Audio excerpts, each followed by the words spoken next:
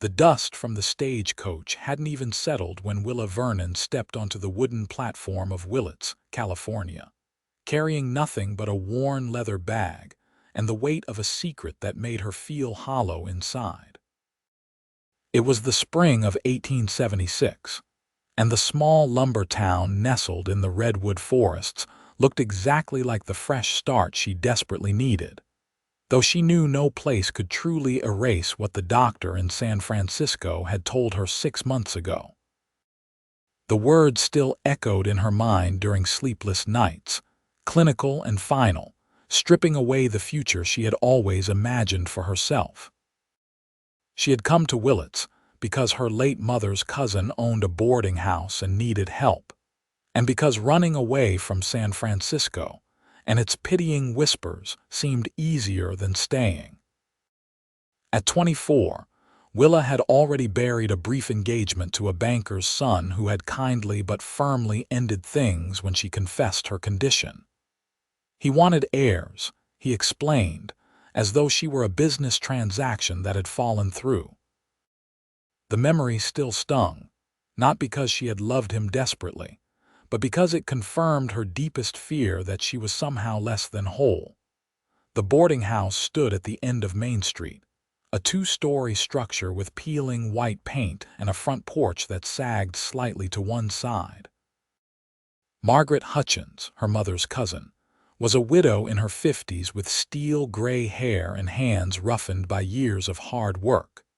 She embraced Willa with surprising warmth and asked no questions about why a young woman would leave the city for a rough lumber town in the middle of nowhere. "You will earn your keep," Margaret said simply, showing Willa to a small room under the eaves. "But you will also have a home here for as long as you need one." Willa threw herself into the work with a fervor that surprised even Margaret.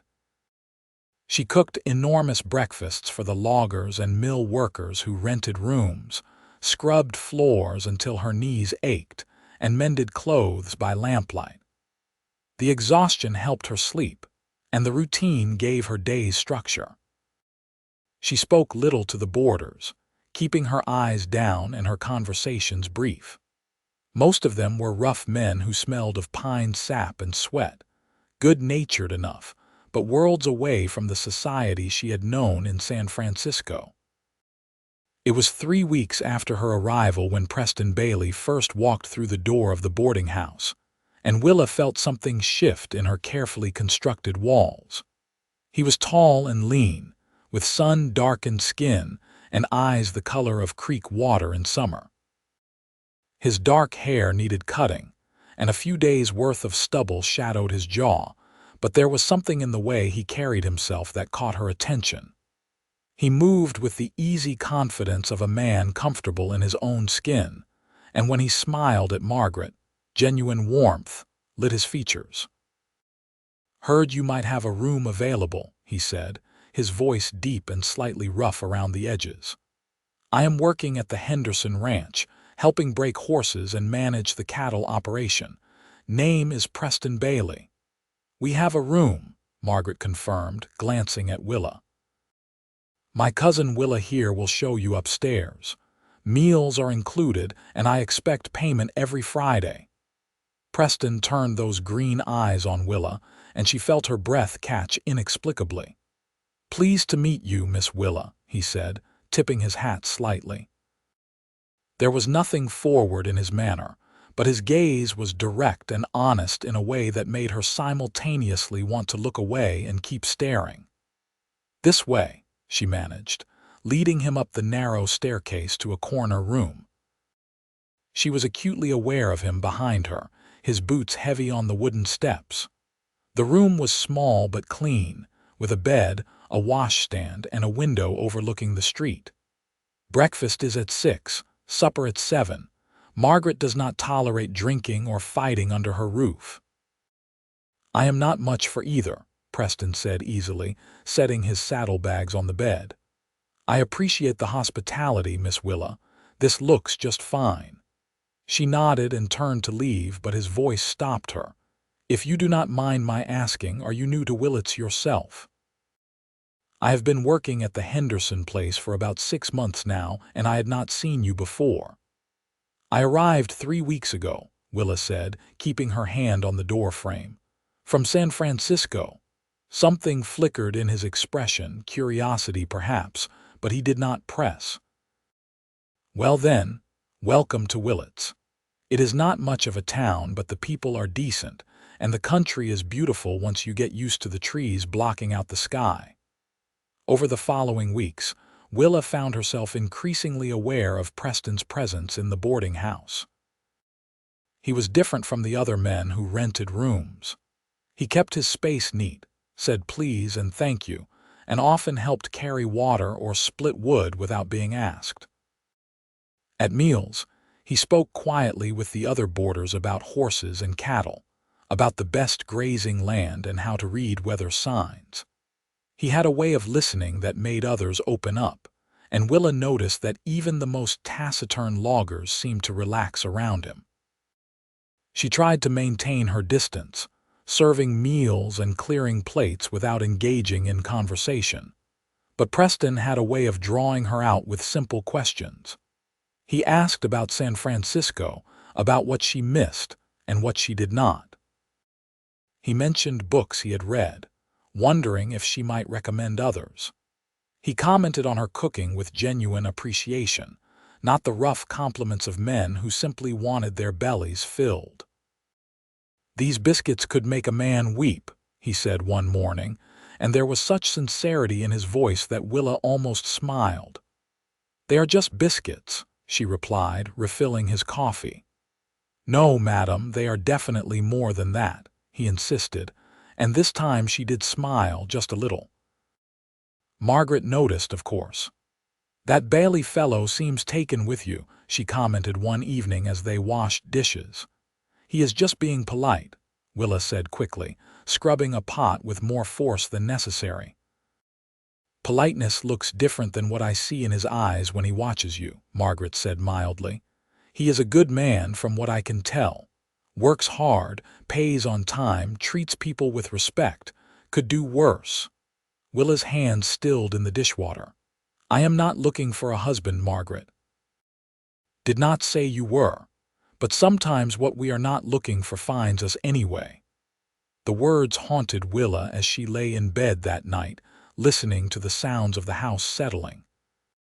She thought about the doctor in San Francisco, about his careful explanation of the complications from the fever she had suffered as a child, about how her body simply could not support a pregnancy. She thought about her former fiancé's careful rejection, about her own mother's disappointment before she died.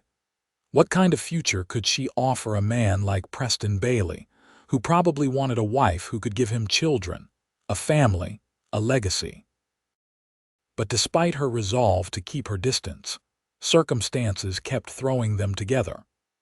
One Saturday afternoon, Margaret sent Willa to the general store for supplies, and she encountered Preston outside, loading bags of feed into a wagon. "Let me help you with those," he said when he saw her struggling with a heavy crate of canned goods. "I can manage," Willa protested, but he had already taken the crate from her hands, his fingers brushing hers briefly. The contact sent an unexpected jolt through her. "I do not doubt you can manage," Preston said, settling the crate into Margaret's cart. "But there is no need to when help is available. What else do you need?" They ended up walking through the store together, Preston carrying the heavier items while Willa selected what Margaret had requested. He made her laugh with a story about a particularly stubborn horse at the Henderson ranch, and she found herself relaxing in his presence in a way she had not with anyone since leaving San Francisco. "You have a nice laugh," Preston said as they loaded the last of the supplies. I had wondered what it sounded like. Willa felt heat rise to her cheeks. "I have not had much reason to laugh lately." "That is a shame," he said seriously. "Everyone deserves reasons to laugh." On the ride back to the boarding house, sitting beside him on the wagon seat as he drove Margaret's cart, Willa felt something dangerous blooming in her chest. Hope, maybe, or longing. The afternoon sun filtered through the enormous redwoods that surrounded Willits, creating patterns of light and shadow across Preston's features. He talked easily about his work, about the horses he was training, about his dream of someday having his own ranch. "I have been saving for years," he told her. "There is land available north of here, good grazing country. I figure another year or two of work and I might have enough to make a start on it. Nothing fancy at first, just a small operation. But it would be mine." "That sounds wonderful," Willa said softly, and she meant it, even as her heart ached at the picture he painted. A ranch needed a family, children to inherit it and carry it forward. When they reached the boarding house, Preston helped her unload the supplies, carrying them into the kitchen despite her protests.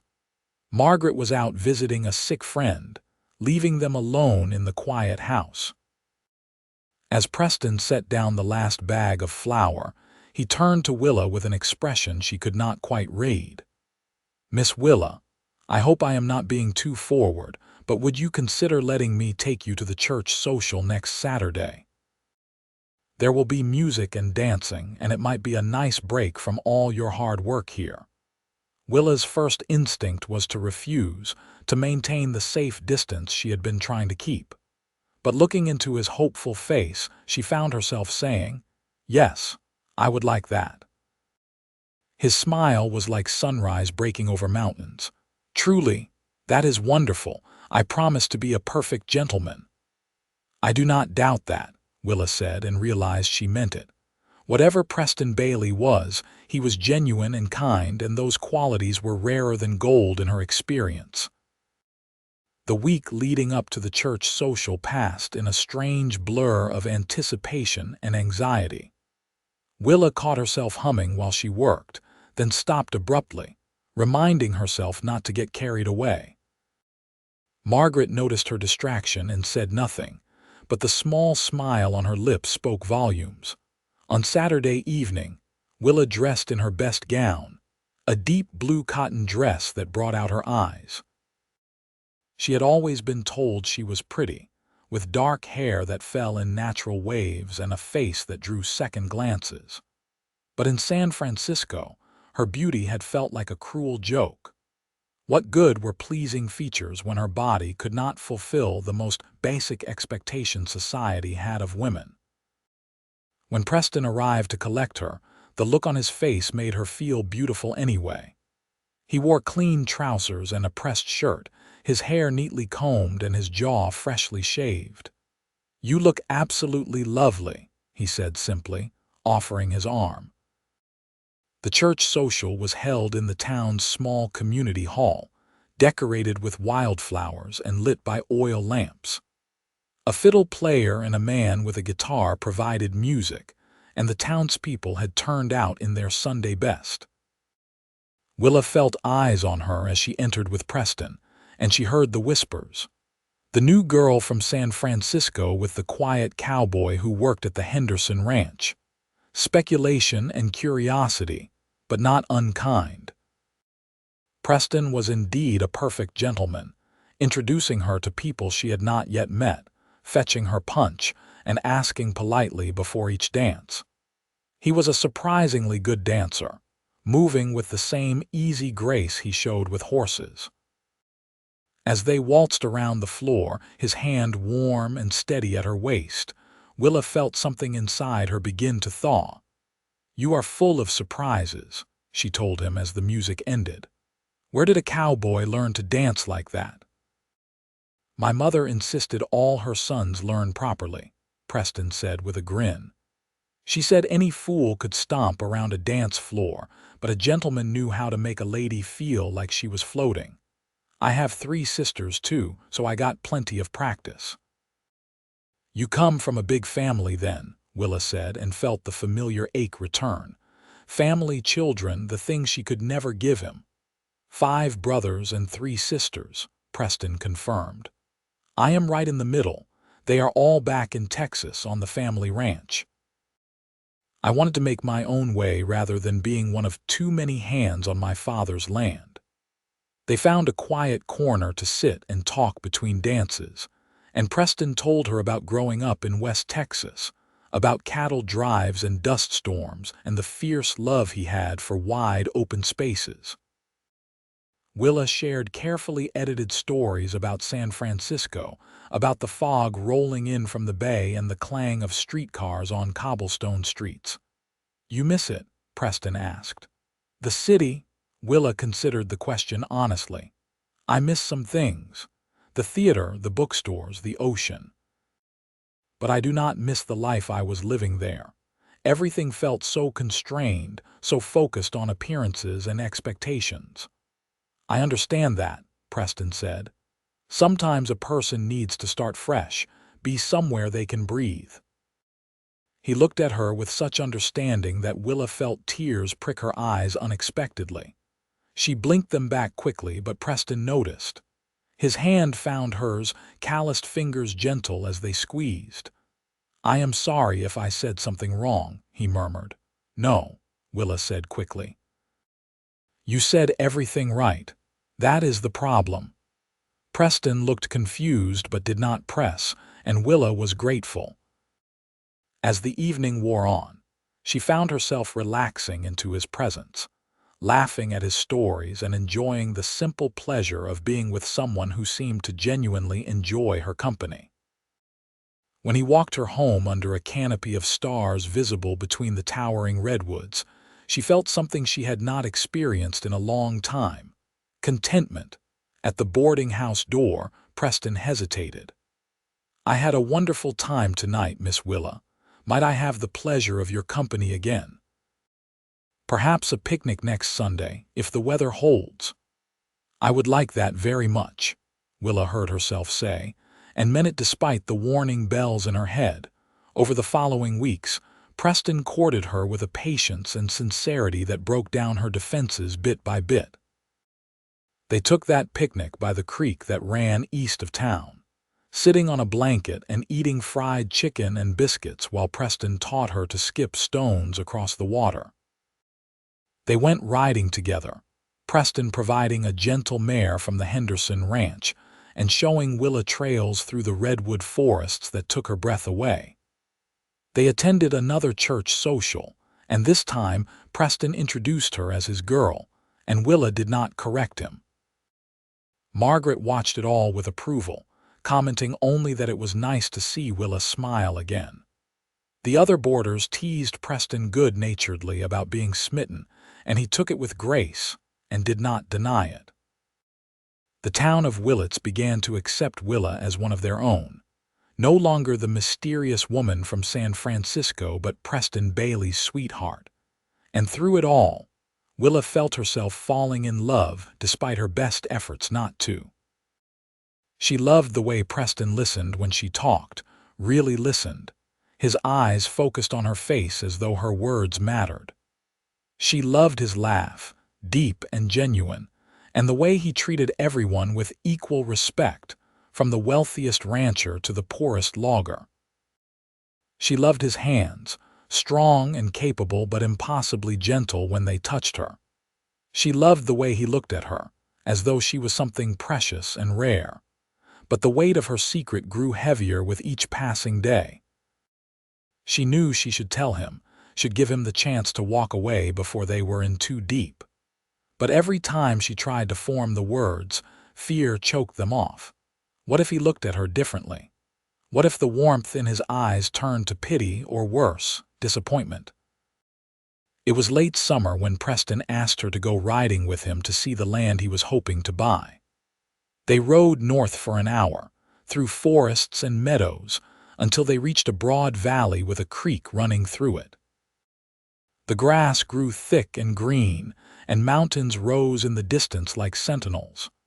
"This is it," Preston said, dismounting and helping Willa down from her horse. 200 acres, available for a fair price. The soil is good, the water is reliable, and there is enough grazing land for a decent-sized herd. I have almost enough saved. By next spring I could make an offer. He walked her through his vision, pointing out where he would build the house, the barn, the corrals. His face was animated with enthusiasm, and Willa felt her heart breaking even as she smiled and nodded. "It is perfect," she said honestly. "You will build something wonderful here." Preston turned to face her, taking both her hands in his. "I want to build it with you, Willa. I am in love with you. I think I have been since the first day I saw you at the boarding house, looking so sad and lost. You have become the most important thing in my world, and I cannot imagine a future that does not have you in it." The words she had been longing to hear were also the ones she most feared. Willa felt tears spill down her cheeks as she looked up at Preston's earnest face. "You do not understand," she whispered. "There are things about me you do not know." "Then tell me," Preston said simply. "Whatever it is, we will face it together." Willa pulled her hands away, wrapping her arms around herself protectively. "When I was a child, I had a terrible fever. It left me weak for months, and the doctor said there was internal damage. I did not understand what that meant until I was older, until another doctor in San Francisco explained it to me properly." She took a shaky breath, forcing herself to continue. "I cannot have children, Preston. My body will not support a pregnancy. The doctor was very clear about that. It is why my engagement ended, why I left San Francisco. Men want wives who can give them families, heirs, a legacy. I cannot give you any of that." The silence that followed felt eternal. Willa could not bring herself to look at Preston's face, could not bear to see his dreams crumbling as he realized what her confession meant. She heard him move, and she steeled herself for him to walk away, to say something kind but final. Instead, she felt his arms wrap around her from behind, pulling her back against his chest. His embrace was warm and solid, and when he spoke, his voice was rough with emotion. "Then we will fill our home with love," he said against her hair. "We will fill it with so much love that it spills out the doors and windows. Children are a blessing, but they are not the only blessing. You are the blessing I want, Willa Vernon. You, with your strength and your sadness and your beautiful smile when you finally let it show. I want to wake up next to you every morning and fall asleep beside you every night. I want to build this ranch with you and know that everything I create is for us, because we chose each other and committed to each other. That is enough. You are enough." Willa turned in his arms, searching his face for doubt or reservation, but she found only fierce sincerity. "You truly mean that?" "With everything in me," Preston said. "I have thought a lot about the future, about what I want my life to look like. And every version of it that makes me happy has you in it. However that looks, whatever shape our family takes, as long as I have you, I have everything I need." "But a ranch," Willa protested weakly. "You need children to help work it, to pass it on to." "A ranch is just land and animals without someone to share it with," Preston said. "And if we want children in our lives, there are other ways. I have seen enough orphaned kids in towns I have passed through to know there are plenty who need homes and love. We could provide that if we wanted. Or we could not, and just be happy together. The point is, we get to choose, Willa. We get to build the life we want, not the life other people expect." Willa felt something break open inside her, some tight knot of pain and shame she had been carrying for years. She buried her face in Preston's chest and wept, and he held her through it, strong and steady and utterly sure. "I love you," she finally managed to say. "I love you so much it terrifies me." "I love you too," Preston murmured into her hair. "And I promise you, Willa Vernon, I will spend every day for the rest of my life proving that you are enough, exactly as you are." They stood there in the meadow that would become their home, holding each other as the sun moved across the sky and birds called from the trees. When Willa finally pulled back, Preston cupped her face in his hands and kissed her for the first time, gentle and sweet and full of promise. "Marry me," he said when they finally broke apart. "Not someday, not eventually. Soon. As soon as we can arrange it. I do not want to spend another day without knowing you are mine and I am yours." "Yes," Willa said, laughing through her tears. "Yes, Preston Bailey, I will marry you."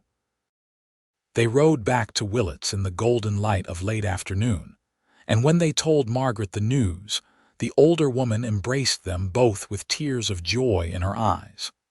The other boarders clapped Preston on the back and toasted the couple with whatever drink was at hand. Word spread through the small town quickly, and by evening, well-wishers were stopping by the boarding house to offer congratulations. The wedding was held 3 weeks later in Willits' small church, with what seemed like the entire town in attendance.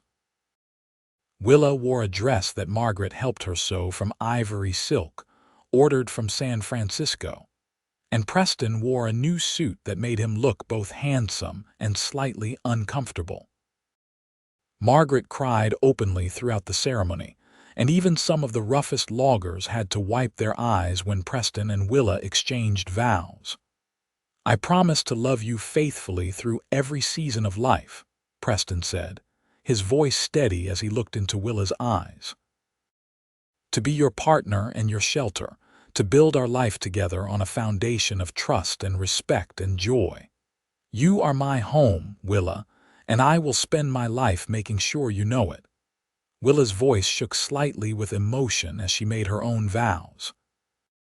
"I promise to stand beside you through every challenge and triumph, to be honest and true, to choose you every day for the rest of my days. You saw me when I felt invisible, valued me when I felt worthless. You are my safe harbor, Preston, and my greatest adventure."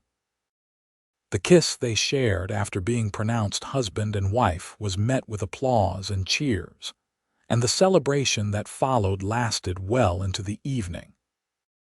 There was music and dancing, food and laughter, and through it all, Preston and Willa moved together as though tethered by invisible strings, always aware of where the other was, always reaching for each other's hands. They spent their wedding night at the boarding house in Preston's room, which would be theirs only for another week. Preston was gentle and patient, and if Willa felt a moment of grief that this intimacy would never create a child, it was swept away by the overwhelming rightness of being with him, of belonging to him and having him belong to her. "I love you," Preston whispered in the darkness, his hand tracing patterns on her bare shoulder. "My wife, my Willa, I love you," she whispered back. "My husband." The next months were a flurry of activity as they prepared to move to their new land. Preston had made the down payment on the property, with Margaret generously offering to loan them the rest at fair terms. They spent every spare moment building, Preston and hired men from town working on a small but sturdy ranch house, while Willa planned the interior and started a garden. The house took shape slowly but surely through the autumn months. It had 4 rooms downstairs with a parlor, a kitchen, a bedroom, and a spare room that they left undefined for now. Upstairs was an open loft that could be divided later if needed. It was modest compared to the home Willa had grown up in San Francisco, but it was theirs, built with their own hands and dreams. They moved in just before the first snowfall, and Willa stood in the empty parlor feeling overwhelmed with emotion. Preston came up behind her, wrapping his arms around her waist. "What are you thinking?" he asked softly. "That I never imagined I could be this happy," Willa admitted. "That I spent so long believing I was broken and you have made me feel whole." "You were never broken," Preston said firmly. "The world just tried to convince you that you were worth less because you could not do one specific thing. But you are worth everything to me, Willa. Everything." They furnished the house gradually, some pieces bought new from the general store in Willits, others crafted by Preston's hands during long winter evenings. Willa sewed curtains and quilts, turning the house into a home with her touch. Preston worked the land even in cold weather, building corrals and shelters for the cattle he planned to purchase in spring. Their first winter together was hard in some ways, isolated and cold, but it was also wonderful. They learned each other's rhythms and habits, how to work together and when to give each other space. They talked for hours by the fireplace, sharing stories from their pasts and dreams for their future. They made love with increasing confidence and joy, learning how to please each other, creating intimacy that had nothing to do with procreation and everything to do with connection. "You ever regret it?" Willa asked one night as they lay tangled together under heavy quilts. "Marrying me, knowing we will not have children." "Never," Preston said immediately. "Not for a single moment. Do you regret marrying me?" "Never," Willa echoed and realized it was completely true. "I just want to make sure you know you can tell me if you ever change your mind about things." Preston propped himself up on one elbow, looking down at her seriously. "Willa, I need you to hear this and believe it. I did not marry you despite your inability to have children. I married you because I love you, all of you, exactly as you are. My life with you is not missing anything. It is full and rich and more than I ever hoped for. Please stop waiting for me to be disappointed. I am not, and I will not be." Willa felt tears sting her eyes, but they were good tears, healing tears. "I am sorry. I just spent so long being told I was not enough that it is hard to believe differently." "Then I will keep telling you until you believe it," Preston said, kissing her softly. "Every single day if I have to." Spring came early that year, and with it came the arrival of their first cattle, 20 head of mixed breeds that Preston had purchased from a rancher south of Willits. He also brought home 3 horses, including the gentle mare that Willa had learned to ride. They worked together from dawn to dusk, establishing pastures and routines, and though the work was exhausting, there was deep satisfaction in it. They were not alone on the ranch for long. In late spring, a young woman appeared at their door, thin and desperate, with 2 small children clinging to her skirts. Her name was Sarah, and her husband had been killed in a logging accident, leaving her with no family and no means of support. She had heard that the Baileys were kind people, and she wondered if they might need help with housework in exchange for room and board. Willa looked at Preston, and without a word passing between them, they both knew what their answer would be. They gave Sarah and her children the spare room downstairs, and Sarah proved to be an excellent cook and tireless worker. Her children, a boy of 6 named Thomas and a girl of 4 named Emma, brought noise and energy to the ranch that changed its entire atmosphere. At first, Willa felt a complicated mix of emotions watching Preston interact with the children. He was wonderful with them, patient and playful, teaching Thomas to ride and carving toys for Emma. She wondered if he was thinking about what he was missing, about the children that might have been. But one evening, after the children were in bed and Sarah had retired to her room, Preston pulled Willa onto his lap in front of the fireplace. "You have been quiet lately," he observed. "What is going on in that beautiful head of yours?" "I see you with Thomas and Emma," Willa admitted. "And I wonder if having them here makes you sad about not having your own children." Preston was quiet for a moment, then said thoughtfully, "Having them here makes me happy. I enjoy teaching Thomas things, and Emma's laugh is infectious. But they are Sarah's children, and I am glad to help them. If anything, it has made me think about what you said when we first talked about all this, about other ways to have children in our lives." Willa's heart began to beat faster. "What do you mean?" "There is an orphanage in Ukiah," Preston said slowly. "I heard about it from the pastor in town. It is run by a church mission, and they are always looking for families willing to take in children who have no one. I was thinking if you wanted we could inquire.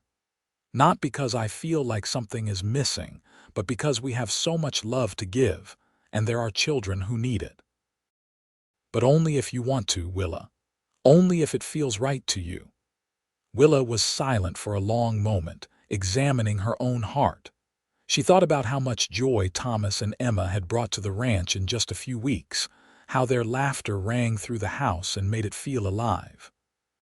She thought about the love she and Preston had built, love that felt big enough to encompass more. "I think I would like that," she said slowly. "I think I would like that very much."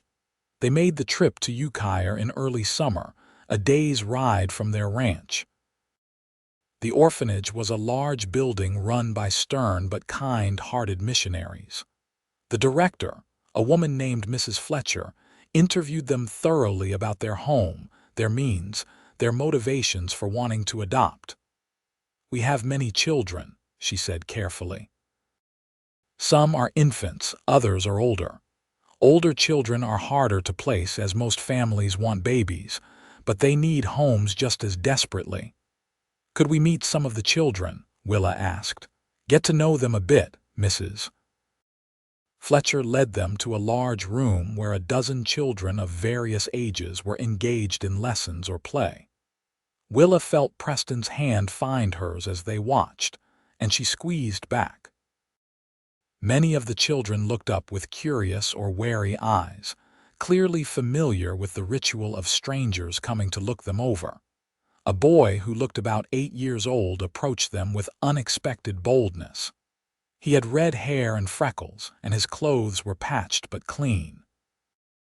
"Are you looking to take someone?" he asked directly. "We might be," Preston said gently, crouching down to the boy's level. "What is your name, son?" Daniel Cooper. "I am 8 years old and I can read and write and do arithmetic. I am strong for my age and I know how to work hard. My parents died of fever 2 years ago, and I have been here ever since." The matter-of-fact way he presented himself like a horse at auction broke Willa's heart. She knelt down beside Preston. "It is nice to meet you, Daniel. My name is Willa, and this is my husband, Preston. We have a ranch north of Willits." "A ranch?" Daniel's eyes lit up with interest. "With horses and cattle?" "Yes, and lots of work to do," Preston said with a smile. "Do you like horses?" "I love them," Daniel said emphatically. "I used to help my father with his plow horses before they died." A small girl had crept closer during this conversation, staying partially hidden behind a chair. She looked about 5, with tangled blonde hair and enormous blue eyes. She watched them with an intensity that spoke of both longing and fear. "Hello there," Willa said gently. "Would you like to come talk with us?" The girl shook her head but did not retreat further. Mrs. Fletcher appeared at their side. "That is Ruth. She came to us 6 months ago after being found abandoned. She has not spoken a word since she arrived. We are not even certain if she can speak." Willa felt her heart clench. She held out her hand to Ruth, not approaching but offering. "It is all right if you do not want to talk, but you are welcome to sit with us if you like." Ruth studied Willa's hand for a long moment, then slowly, tentatively, reached out and took it. Her small hand was cold and she trembled slightly as Willa gently pulled her closer. "You like stories?" Willa asked softly. Ruth hesitated, then nodded. "I like stories too. Maybe I could tell you one if you would like to sit with me." Ruth allowed herself to be drawn into Willa's lap. And as Willa told a simple story about a girl who befriended a family of rabbits, the child gradually relaxed against her. Daniel had started enthusiastically telling Preston about different types of horses, and Willa watched her husband's face soften with affection for the earnest boy. After an hour, Mrs. Fletcher gently suggested they speak privately. In her office, she looked at them seriously. "I see you connected with Daniel and Ruth. They are both good children, but I must be honest with you. Daniel can be headstrong and protective, perhaps too much so for his age. He tries to look after the younger children and sometimes gets into conflicts with the older boys. And Ruth, as you saw, has not spoken since arriving. We do not know if she is unable or simply unwilling. Taking either of them would be a challenge, let alone both. Willa and Preston looked at each other, and in that glance they had an entire conversation. They saw the same thing in each other's eyes: recognition, connection, and certainty. "We would like to take them both," Preston said, "if they are willing and if you believe we can provide them with a good home." Mrs. Fletcher looked surprised but pleased. "Both. That is very generous. But you must understand, these are not easy cases. Daniel has been disappointed before. A family took him for a month last year but returned him when they decided he was too difficult. Ruth may never speak, may have needs we do not fully understand. Are you truly prepared for that?" "No one is ever truly prepared for children," Willa said softly. "But we have love to give and a home that needs filling. If Daniel and Ruth will have us, we very much want them." The process was not quick. There were papers to sign, references to check, visits from the orphanage to inspect their home and ranch.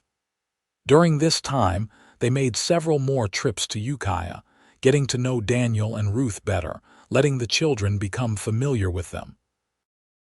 Daniel was cautiously hopeful but clearly afraid to believe it was real. He asked Preston detailed questions about the ranch, about what work he would be expected to do, whether he would have his own room. Preston answered every question honestly, and gradually, the boy began to trust.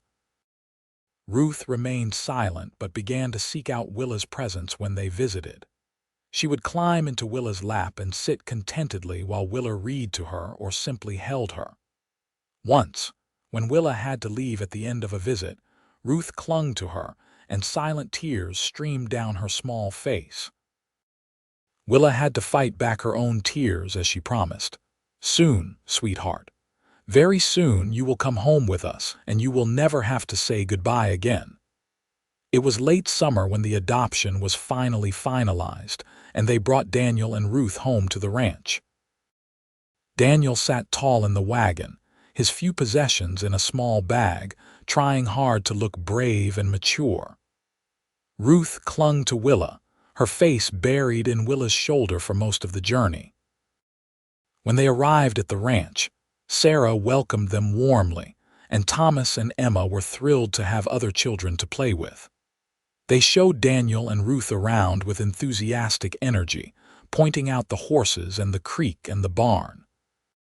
That first night, after a supper where Daniel ate like he was afraid the food would disappear and Ruth ate almost nothing, they tucked both children into beds in the upstairs loft that Preston had divided into 2 sleeping areas. Daniel looked around his space with wonder, touching the quilt on the bed and the small trunk where he could keep his belongings. "This is really mine?" he asked. "You will not change your mind and send me back?" Preston sat on the edge of the bed and looked the boy in the eye. "Daniel, I give you my word as a man. This is your home now for as long as you want it. You are our son, and nothing you do will make us send you away. Families work through problems together. Understand?" Daniel nodded, his eyes suspiciously bright. "Yes, sir." "You can call me Preston, or Pa if you get comfortable with it," Preston said gently. "Whatever feels right to you." In Ruth's sleeping area, Willa sat beside the small bed where the girl lay rigid and silent. "I know everything is strange and scary right now," Willa said softly, stroking Ruth's hair. "But you are safe here, sweetheart. You are wanted and loved, and we will wait as long as it takes for you to believe that." Ruth's eyes were huge in the lamplight, watching Willa's face intently. Willa began to hum a lullaby her own mother had sung to her, and gradually, she saw Ruth's small body begin to relax. By the time the song was finished, the child was asleep, and Willa sat there for a while longer, marveling at the fierce protective love she already felt for this damaged little girl. Downstairs, she found Preston sitting by the fireplace despite the warmth of the summer evening. He looked up when she entered and opened his arms. She went to him, settling onto his lap and resting her head against his chest. "We have children," she whispered, half in wonder, half in terror. "Preston, we are parents." "We are," he agreed, his arms tightening around her. "Scared, terrified," Willa admitted. "What if we do it wrong? What if we cannot help them heal from what they have been through?" "Then we will make mistakes and learn and try again," Preston said. "But we will do it together, and we will do it with love. That has to count for something." The first months were challenging in ways they had not anticipated. Daniel threw himself into ranch work with almost desperate intensity, as though proving his worth through labor. He was up before dawn, following Preston everywhere, asking endless questions and offering to help with every task. At first, Preston was touched by the boy's eagerness, but gradually he realized it came from a place of fear. Daniel believed he had to earn his place, that if he was not useful enough, he would be sent away. It took patience and repeated reassurance to help Daniel understand that his value was not tied to his productivity. Preston made a point of spending time with the boy that had nothing to do with work, teaching him to fish in the creek, playing checkers in the evenings, telling him stories about growing up in Texas. Slowly, Daniel began to relax, to act more like the child he was rather than a miniature adult desperate to prove himself. Ruth was a different challenge. She remained silent and often seemed to exist in her own world, disconnected from the chaos of the busy household. She would sit for hours watching dust motes drift through sunlight, or stand by the fence watching the horses without apparent thought or emotion. Willa tried everything she could think of, reading to Ruth, singing to her, teaching her simple tasks in the kitchen. The child was compliant but distant, and Willa sometimes felt like she was trying to reach someone trapped behind glass. Then one afternoon in early autumn, about 2 months after the children had arrived, something shifted. Willa was in the garden harvesting the last of the summer vegetables when she became aware of Ruth standing nearby, watching her with unusual intensity. Willa continued working, talking softly about what she was doing, not pressuring the child to respond or participate. After several minutes, Ruth slowly knelt beside Willa and reached out to touch a tomato plant. Her small fingers were gentle on the leaves, and she leaned in to smell a ripe tomato with something like wonder on her face. Willa held her breath, afraid to break whatever spell had been cast. "Pretty," Ruth whispered, so softly Willa almost missed it. Willa froze, then very carefully said, "Yes, sweetheart, it is very pretty. Would you like to help me pick some?" Ruth looked up at her, and for the first time, Willa saw something open in the child's expression, something vulnerable and hopeful. "Yes," she said, barely audible. It was a breakthrough, though not a miracle cure. Ruth still spoke rarely and only when she felt safe, usually just with Willa or sometimes with Emma. But it was a start, a crack in the wall she had built around herself. Willa celebrated it quietly, thanking God for the small mercy of hearing this child's voice. As autumn deepened and then gave way to winter, the family found its rhythm. Sarah proved invaluable in managing the household, and her own children became like siblings to Daniel and Ruth. The house that had once seemed too large for just Willa and Preston now felt perfectly sized, filled with the noise and mess and joy of children. Preston thrived as a father in ways that did not surprise Willa at all. He was patient and firm, affectionate and consistent. He taught Daniel to ride and to rope, to read the weather and track animals. He learned to braid Ruth's hair and to coax smiles from her with terrible jokes. He treated both children with respect, listening to their concerns and explaining his decisions, helping them feel valued and heard. Willa discovered depths of love in herself she had not known existed. Every small step forward with Ruth felt like a victory. Every time Daniel laughed unself-consciously or called her Ma without awkwardness, her heart swelled. She had spent so long believing she would never be a mother, and now she was, in the ways that truly mattered. On a cold December evening, as snow fell softly outside and the family gathered around the fireplace after supper, Daniel looked up from the wood carving Preston was teaching him and said, "Pa, I have been thinking about my last name." Preston looked at him with interest. "What about it?" "Well, my parents named me Cooper, and I will always remember them and honor that. But I am part of this family now, and I wondered if it would be all right if I took your name too. If I could be Daniel Cooper Bailey." Preston's eyes grew suspiciously bright. "Son, I would be honored if you took our name, more honored than I can say." "Me too," Ruth said quietly from her place in Willa's lap. Everyone turned to look at her in surprise. She so rarely spoke up voluntarily. "I want to be Ruth Bailey. I do not remember my old name anyway, and this is my family now." Willa felt tears spill down her cheeks as she held Ruth closer. "You can absolutely be Ruth Bailey, sweetheart. If that is what you want, we will make it official." That winter was one of the happiest of Willa's life. Yes, there were challenges. Children got sick, had nightmares, fought with each other. The ranch work was hard and money was sometimes tight, but there was also laughter and love, warmth and belonging. There were evenings gathered around the fire with Preston reading aloud while Willa mended clothes and the children played quietly.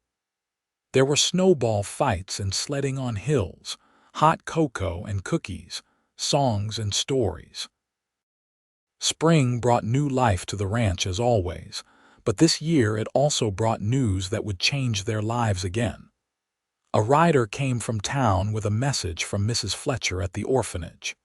She wanted to visit, she said, to check on how Daniel and Ruth were adjusting. But there was something else too, something she wanted to discuss in person. Mrs. Fletcher arrived on a bright April morning, and after spending time observing the children and touring the ranch, she sat down with Willa and Preston in the parlor. "I must say, the change in both Daniel and Ruth is remarkable," she began. "Daniel seems like a different child, so much more relaxed and happy. And Ruth, actually speaking and engaging with the world, that is more than we dared hope for. You have done wonderfully with them." "They are wonderful children," Willa said simply. "We are blessed to have them." Mrs. Fletcher nodded, then took a breath. "That is actually why I wanted to speak with you. We have a situation at the orphanage. 3 siblings who came to us 2 months ago after their parents were killed by a barn fire. The oldest is a girl of 12 named Mary. Then there are twin boys, Lucas and Matthew, who are 9. They are good children, but they have been through terrible trauma and they refuse to be separated. Most families are not willing or able to take 3 children at once, especially when one is nearly grown." She looked at them seriously. "I know it seems mad to even ask, given that you already have Daniel and Ruth. But you have proven yourselves to be exceptional parents, and your home has room for more. These children desperately need a family. Mary especially needs a mother figure. She has been trying to care for her brothers alone, and the weight of it is crushing her. I thought perhaps you might at least meet them." Willa looked at Preston, feeling overwhelmed. 5 children. Could they truly handle 5 children? But even as the practical concerns flooded her mind, she thought about what they had said to each other so many times. They had love to give, and there were children who needed it. "We should at least meet them," Preston said slowly. "But Mrs. Fletcher, I need to be honest. 5 children is a lot, and we need to make sure we can provide for them all properly, not just physically but emotionally. We would never want to take children in and not be able to give them what they need." "I understand," Mrs. Fletcher said, "but I have seen how you are with Daniel and Ruth. I have seen this home and this ranch. I think you can do this, but of course the decision is yours." They made the trip to Ukiah the following week, leaving Daniel and Ruth in Sarah's care. Willa's heart was pounding as they entered the orphanage, unsure what they would find. Mrs. Fletcher led them to a small room where 3 children waited with obvious tension. Mary was tall for 12, with dark hair pulled back severely and eyes that had seen too much. She sat ramrod straight, her hands clasped tightly in her lap. On either side of her were identical boys with sandy hair and wary expressions, so close they were nearly touching. The resemblance between all 3 was clear, and so was the way Mary positioned herself between her brothers and the world. "Mary, Lucas, Matthew, these are Mr. and Mrs. Bailey," Mrs. Fletcher said gently. "They have a ranch north of Willits and they wanted to meet you." Mary's eyes swept over them with sharp assessment. "You want to take us all?" Her tone suggested she had heard this before and knew how it ended. "We want to meet you and see if we might be a good fit for each other," Preston said honestly. "We already have 2 children at home, Daniel, who is 8, and Ruth, who is 5. Our ranch has room for more, but we want to make sure it would be the right situation for you." "Why do you have children already if you wanted more?" Lucas asked suspiciously. "Are your own not enough? Daniel and Ruth came from this orphanage too," Willa explained gently. "We adopted them last summer. We cannot have children of our own bodies, but we have a lot of love to give, and we wanted to share it with children who needed families." Something flickered in Mary's expression, but her voice remained carefully neutral when she spoke. "We will not be separated. If you only want 1 or 2 of us, you can leave now. We stay together." "We would never separate you," Preston said firmly. "If you come to us, all 3 of you come together. That is not negotiable." Matthew, who had been silent until now, spoke up. "Do you really have a ranch with animals?" "We do," Preston confirmed. "Cattle, horses, chickens. A big garden, a creek running through the property. It is a lot of work, but it is a good life." "Could we help with the animals?" Lucas asked, a hint of interest breaking through his wariness. "Absolutely," Preston said. "Everyone in the family helps according to their age and ability. That includes chores, but it also includes having fun together, learning together, being together." Mary studied them for a long moment, her mature eyes searching their faces for deception or false promises. Finally, she said, "Mrs. Fletcher says you are good people. She says Daniel and Ruth are happy with you, but I need to know something. If we are too much trouble, if we make mistakes or cause problems, what happens then?"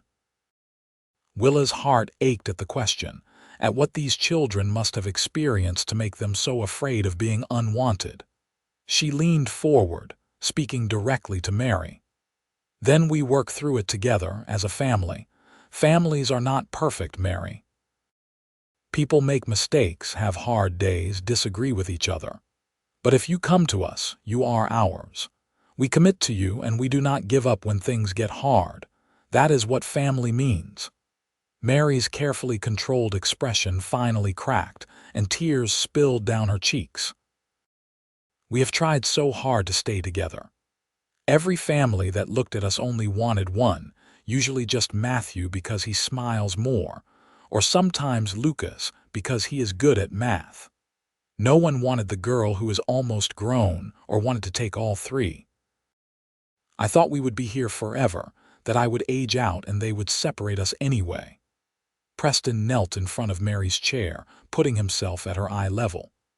"You have done an incredible job taking care of your brothers, Mary, but you should not have to do it alone anymore. Let us help. Let us be your family, all 3 of you." The twins had moved closer to their sister, and now they clung to her as she wept. Willa felt her own tears flowing as she watched these brave, broken children finally allowing themselves to hope. The process of adopting 3 more children was even more involved than it had been with Daniel and Ruth. There were more home visits, more questions about how they would manage 5 children, more paperwork. But by midsummer, it was finalized, and Mary, Lucas, and Matthew joined the Bailey family. The ranch house suddenly felt very full. Sarah and her children had moved to a small cabin that Preston built for them nearby, giving the family more space but keeping her close as she continued to help with household management. The upstairs loft was divided into 3 sleeping areas now, with Mary having her own space, the twins sharing another, and Daniel still in his corner. Ruth had moved into a small room downstairs that had been used for storage, giving her the quiet space she seemed to need. The adjustment was not seamless. Mary struggled to let go of being solely responsible for her brothers, hovering over them anxiously and challenging Willa's decisions about their care. The twins had nightmares about the fire that had killed their parents and sometimes woke the whole house with their screams. Daniel felt displaced by the arrival of more children and acted out with uncharacteristic defiance. Ruth retreated into silence again, overwhelmed by the chaos. There were days when Willa felt utterly overwhelmed, when she wondered if they had taken on more than they could handle. She confided this to Preston one night after a particularly difficult day when Mary and Daniel had gotten into a shouting match. The twins had been fighting all afternoon, and Ruth had refused to eat. "I do not know if I can do this," she admitted, exhausted tears streaming down her face. "I do not know if I am enough for all of them." Preston pulled her into his arms, and she realized he was crying too. "I feel the same way," he said roughly. "I feel like I am failing them constantly, not giving any of them enough attention, not knowing how to help them heal from what they have been through. But Willa, we cannot give up. These children have been given up on too many times already." "I am not saying give up," Willa said quickly. "I would never. I just do not know how to do this better." "Maybe we need help," Preston suggested. "Maybe we are not meant to do this entirely alone. What if we talk to Pastor Williams? He has counseled families before. Or even just other parents in town, people who might have advice or support to offer." They did reach out, and they were surprised by the response. The community of Willits rallied around the Bailey family in ways they had not expected. Pastor Williams came once a week to talk with the children, especially Mary, who was struggling with anger at God for taking her parents. The school teacher, Miss Paulson, offered to tutor Ruth separately to help her catch up after missing so much early education. Several ranch families invited them for meals or activities, showing the children that community could be a source of support rather than judgment. Slowly, gradually, things began to settle. Mary started to trust that Willa and Preston truly were not going anywhere, that she could let go of her fierce protectiveness and just be a child again. She developed a love for cooking and began helping Willa in the kitchen, and in those hours working side by side, she opened up about her grief and fears. Willa listened without judgment, sharing her own story of feeling broken and then finding healing through love. The twins became inseparable companions to Daniel, the 3 boys ranging across the ranch together like a small, wild pack. They got into the kind of minor trouble that boys do, tracking mud through the house and accidentally letting chickens out of their coop, but they also looked out for each other with fierce loyalty. Preston worked with all 3 of them, teaching them ranch skills and also how to process their grief in healthy ways. Ruth bloomed slowly but surely, emerging from her shell like a flower opening to the sun. Mary became especially protective of her, perhaps seeing in the younger girl her own need to be cared for. The 2 developed a sweet bond, and Ruth began speaking more often, though she remained quiet by nature. By the time winter arrived again, the family had found its footing. The house rang with life and noise, organized chaos that somehow worked. There were still hard days, still moments of doubt and struggle, but there was also overwhelming joy. Willa and Preston would sometimes look at each other across the dinner table, crowded with children, and marvel at what their life had become. One snowy evening in December, after all 5 children were finally asleep and the house was blessedly quiet, Willa and Preston sat together by the fireplace, as they had done so many times before.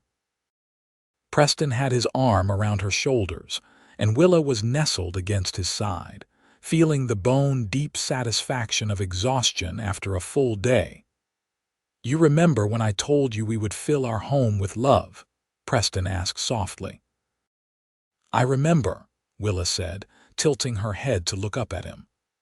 "I remember not quite believing you, thinking you were just trying to make me feel better about what I could not give you." "And now," Preston prompted. Willa looked around the parlor at the evidence of children everywhere. Toys scattered in corners, books piled on tables, coats hung haphazardly by the door, drawings pinned to walls, half-finished projects waiting for attention. The beautiful, messy reality of a house filled with life. "Now I know you were telling the absolute truth," she said softly. "We have filled this home with so much love I can hardly contain it sometimes. These children, this family we have built, it is more than I ever dreamed possible." "You have given me everything," Preston said, his voice rough with emotion. "You are the heart of this family, Willa. The way you love these children, the way you see them and meet them where they are, it is extraordinary. I fall more in love with you every single day." Willa felt tears prick her eyes, but they were happy tears. "I spent so long believing I was not enough, that I could not be what a man would need. But you showed me that love is not about what we can produce or provide. It is about showing up, being present, choosing each other every day. You gave me that gift, Preston." "We gave it to each other," Preston corrected, kissing her softly. "And now we get to give it to these 5 incredible kids who needed it so desperately." They sat in comfortable silence for a while, watching the fire burn down to embers. Then Willa said thoughtfully, "You think we should consider more children? I know 5 is a lot, but there are so many who need homes." Preston laughed softly. "Are you serious? After the chaos of these last months, you want to add more?" "Not immediately," Willa said quickly, "but maybe eventually if we have room and resources. I just keep thinking about all the children still at the orphanage, still waiting for families. We have something good here, Preston, something worth sharing." "You are remarkable," Preston said wonderingly. "But let us get through this winter with these 5 first, all right? Make sure everyone is stable and settled before we make any decisions about expanding further." "Agreed," Willa said, "though I reserve the right to revisit this conversation in the future."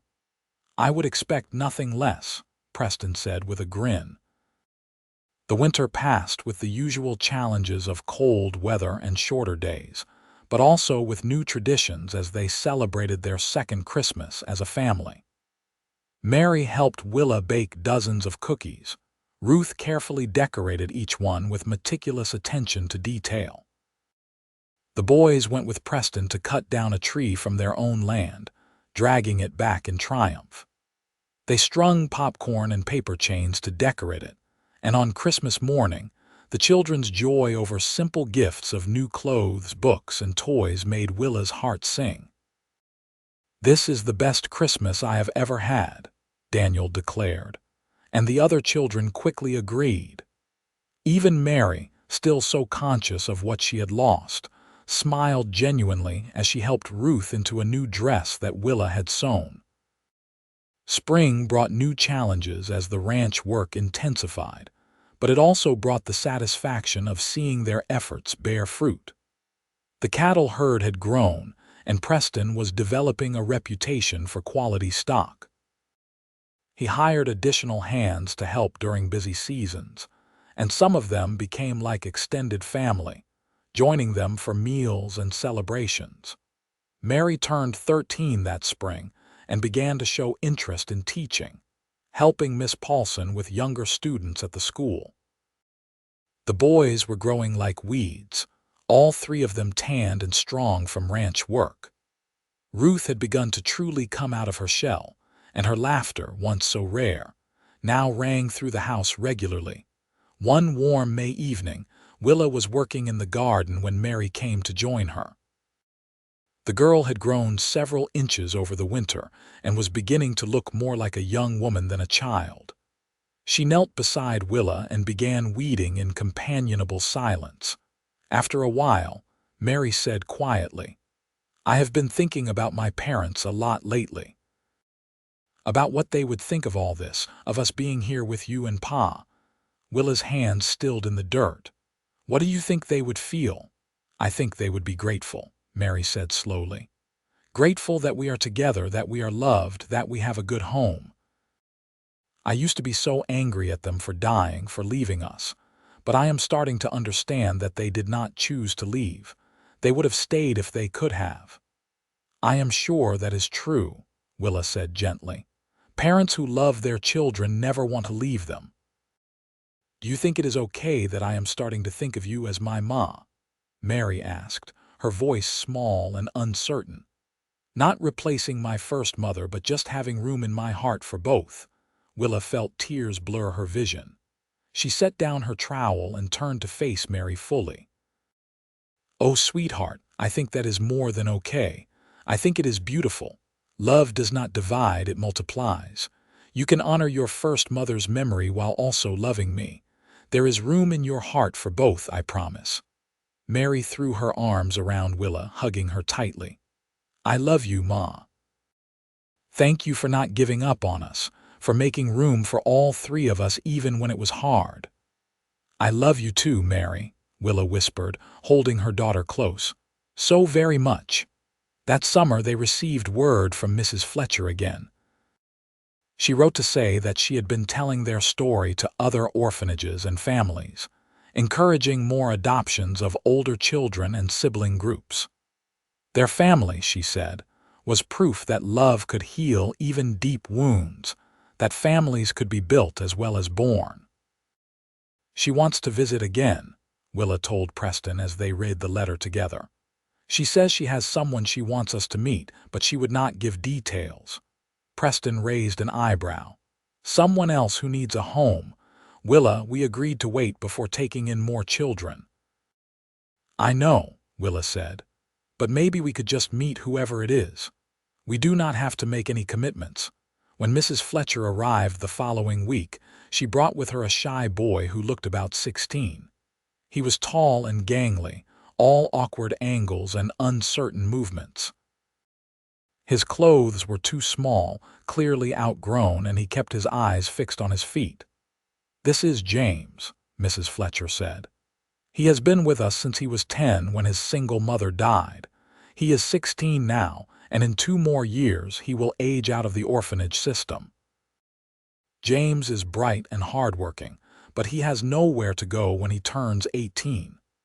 I thought perhaps you might consider taking him on as a ranch hand, giving him a place to learn a trade and make a transition to adulthood. He would not need to be adopted, just given a chance." Preston studied the boy carefully. "James, do you know anything about ranch work?" "No, sir," James said quietly, finally looking up. "But I am willing to learn. I can work hard and I will not cause trouble.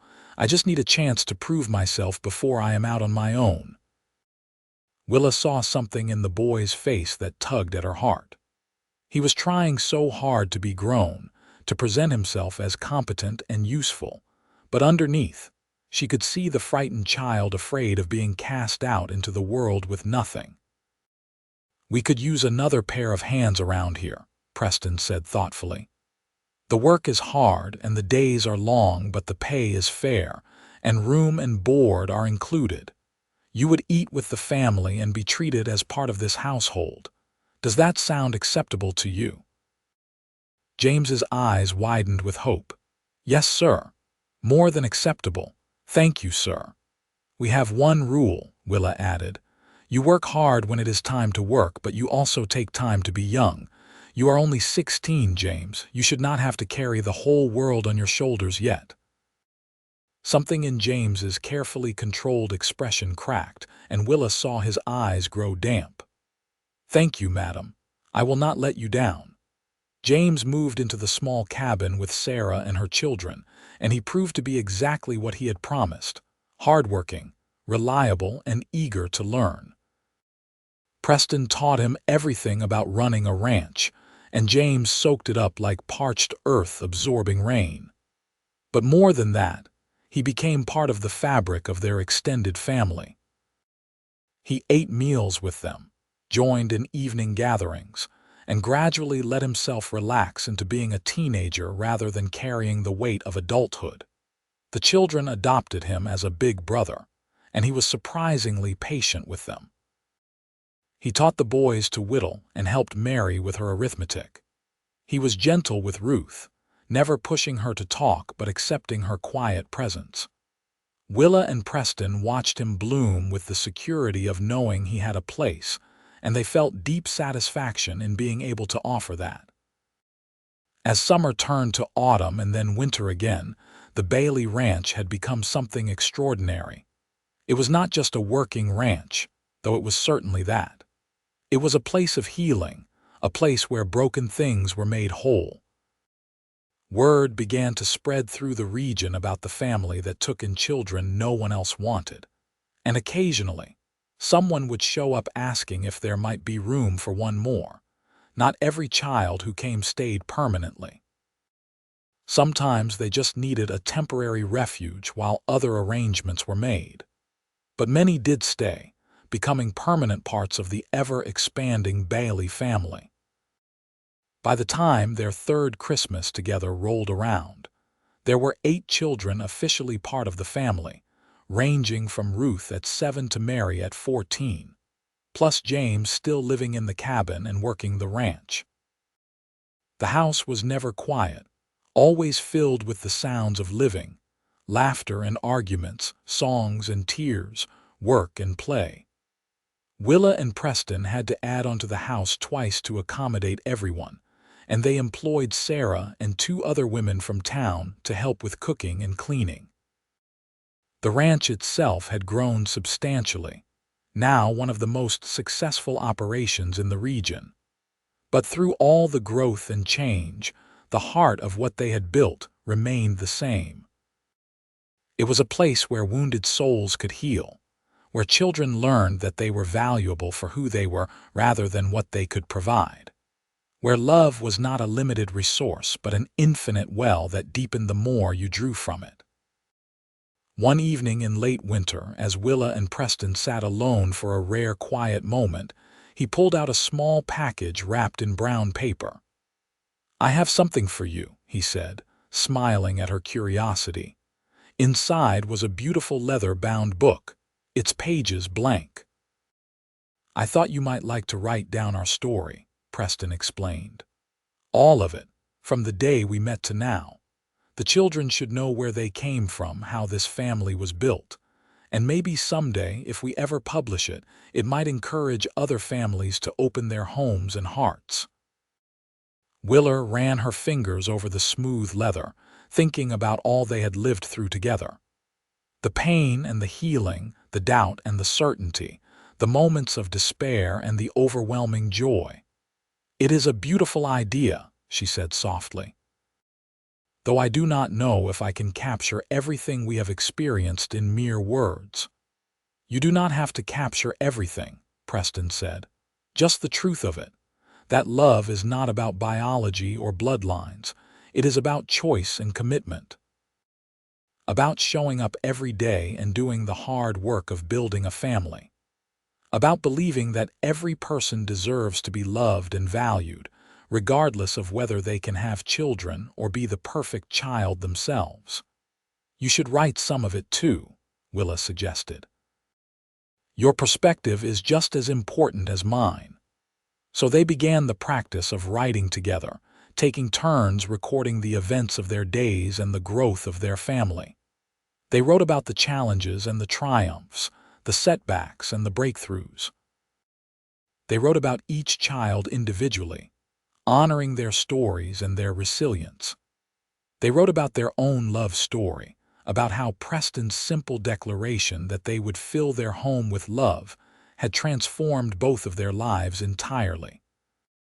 Years passed in the way they do, marked by birthdays and seasons, by first days of school and last days of childhood. Daniel grew into a fine young man who took over much of the day-to-day ranch operation, eventually marrying a girl from town and building his own house on Bailey land. Mary became a teacher, beloved by her students, and when she was old enough, she chose to keep her adopted surname Bailey, saying it represented who she truly was. The twins went on to start a successful lumber business together, using skills learned on the ranch to build something of their own.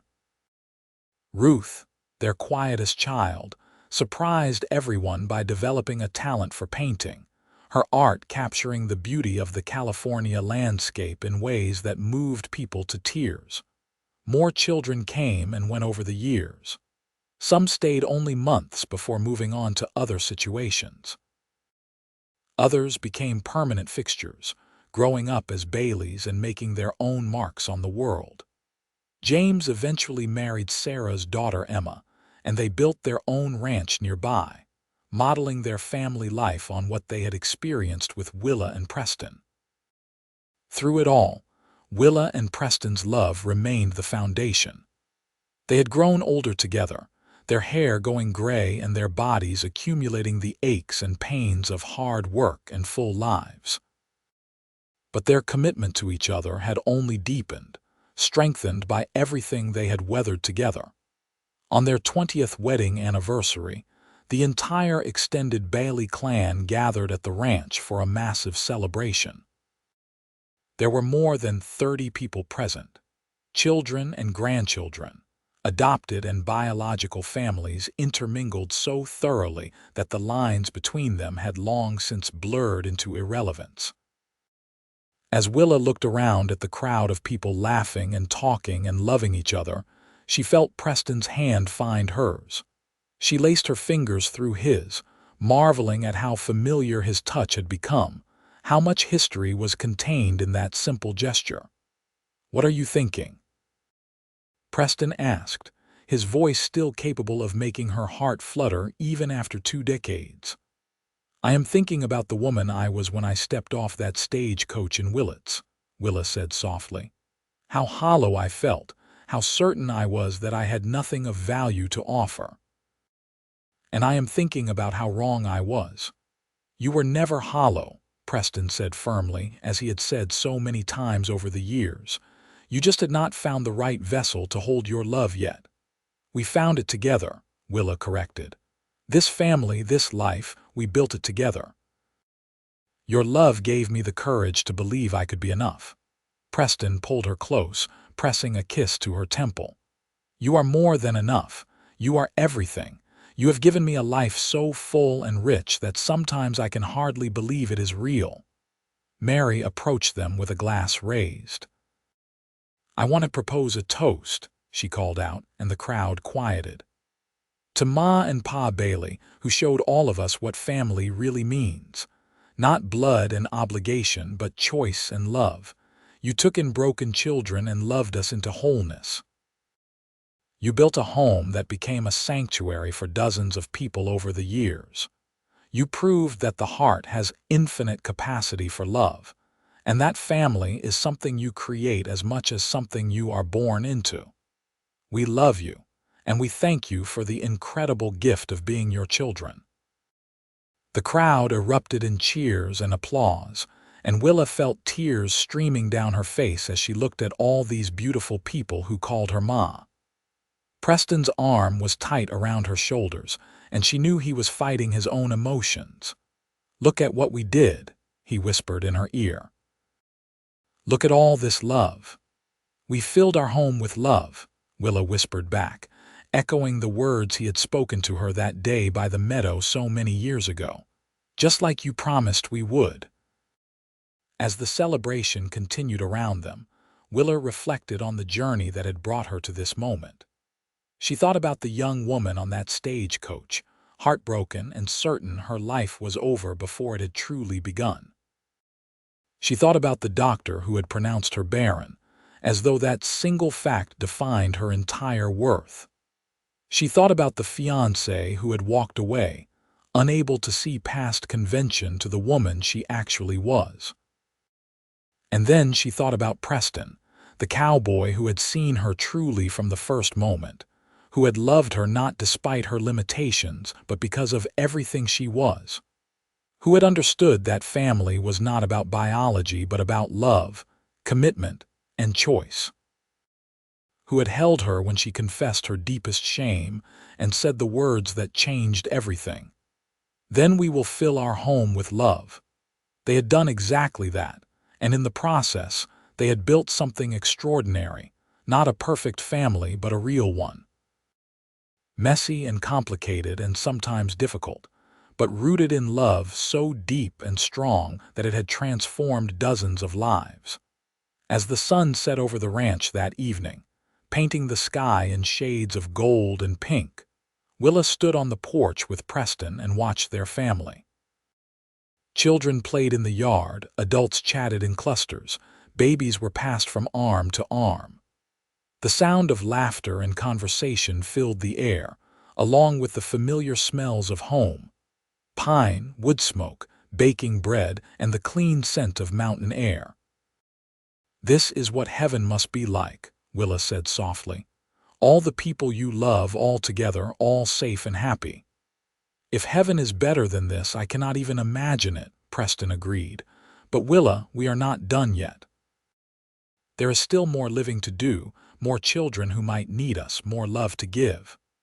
"Always," Willa said, leaning into his embrace.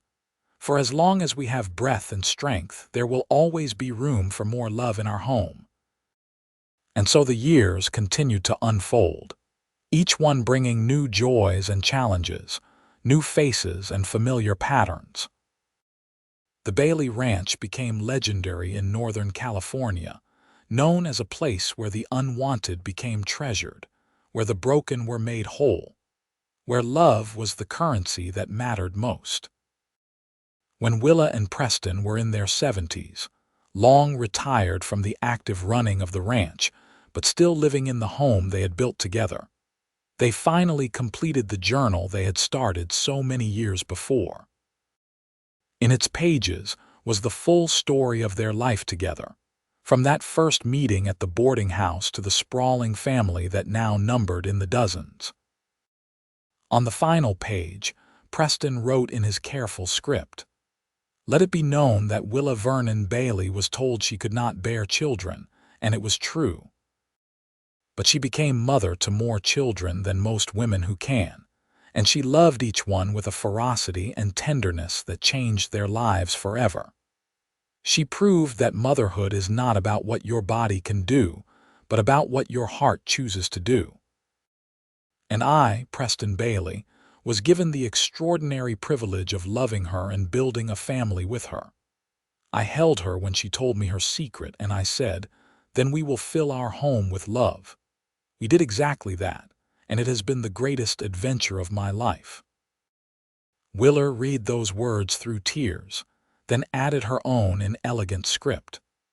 "Preston Bailey saw me when I felt invisible, loved me when I felt unlovable, and showed me that worth is not measured by what we can produce, but by who we choose to be.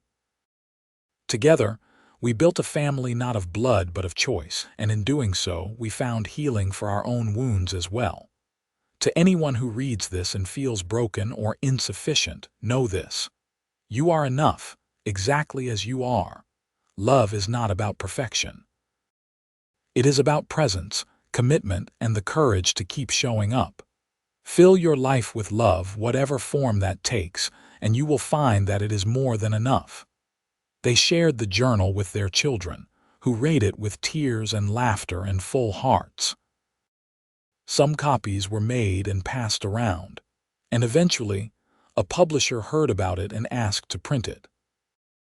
The book became a quiet success, inspiring families across the country to consider adoption, to open their homes to children who needed them, to understand that family could be built as well as born.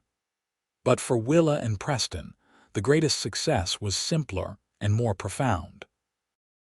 It was measured in the laughter of grandchildren playing in the yard where their parents had played before them. It was counted in the faces around the table at holiday gatherings, each one proof that love multiplies rather than divides. It was found in the quiet moments sitting together on the porch, hands still intertwined after all these years, watching the sun set over land they had worked together and shaped with their shared vision. Willa lived to be 82, and Preston to 85. When Willa's health began to fail, Preston never left her side, holding her hand and telling her stories of their life together. On her last day, surrounded by children and grandchildren and great-grandchildren, she squeezed Preston's hand and whispered, "We did it. We filled our home with love." "We did," Preston agreed, tears streaming down his weathered face. "And I have loved every single moment of doing it with you." She smiled, that beautiful smile that had always lit up his world, and closed her eyes for the last time. Preston held her hand as she slipped away, and though his heart broke, he was grateful beyond measure for the life they had shared. He lived 3 more years without her, still surrounded by family, still telling stories about the woman who had been told she could not bear children and had instead become mother to dozens. When his time came, he went peacefully in his sleep, and his last thoughts were of Willa, of the day he had first seen her at the boarding house looking lost and sad, of the moment he had told her they would fill their home with love, and had spent the rest of his life making good on that promise. They were buried together on the ranch they had built, under a tree they had planted on their first anniversary.